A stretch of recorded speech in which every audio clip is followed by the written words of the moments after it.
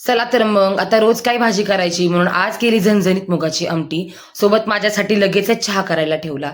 प्रिशाचं चाललं होतं मला वर बसव, मला कॅमेऱ्यात बघायचे. सो तिला सांगितलं सगळ्यांना पटकन असं बाय बाय कर. मला आता जर माझ्या चहामध्ये दुधाची साय नसेल तर तो चहा फारसा मला काही आवडत नाही.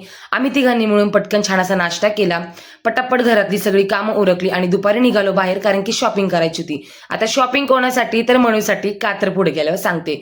बरं आता मनूसोबत पुढच्या सीटवर जर मी बसले तर आमच्या मॅडमच्या चेहऱ्याचा काही असा फुगा फुगतो. 1 जून जवळ आलाय आणि 1 जूनला प्रिशाचा वाढदिवस असतो.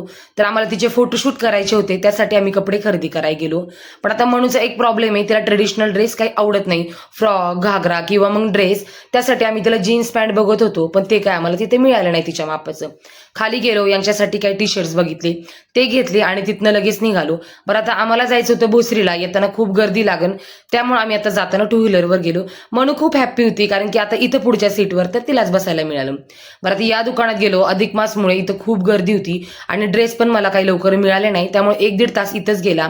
जसा वसा मी एक छोटासा ड्रेस घेतला, तो मला आवडला आणि लगेचच निघालो. बरं आता 2 दिवसासाठी मी ज्या गोष्टीला ह्यांच्यासाठी मागं लागत होते ती गोष्ट आज घेतली, ती म्हणजे फणस. आता हे फणस मला रोज जर कोणी आणून दिलं तरी मी खाईन, एवढं मला आवडतं. येताना छान अशी फ्रेश मेथीची भाजी घेतली.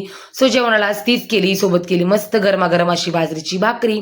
आता पटकन सगळं काम उरकलं आणि नेहमीची ड्युटी प्रिशाला खेळायला घेऊन जाणं. सो तिला खेळायला घेऊन गेले. व्हिडिओ आवडल्यास लाईक करा. भेटूया पुढच्या अशा छान व्हिडिओमध्ये. तोपर्यंत बाय.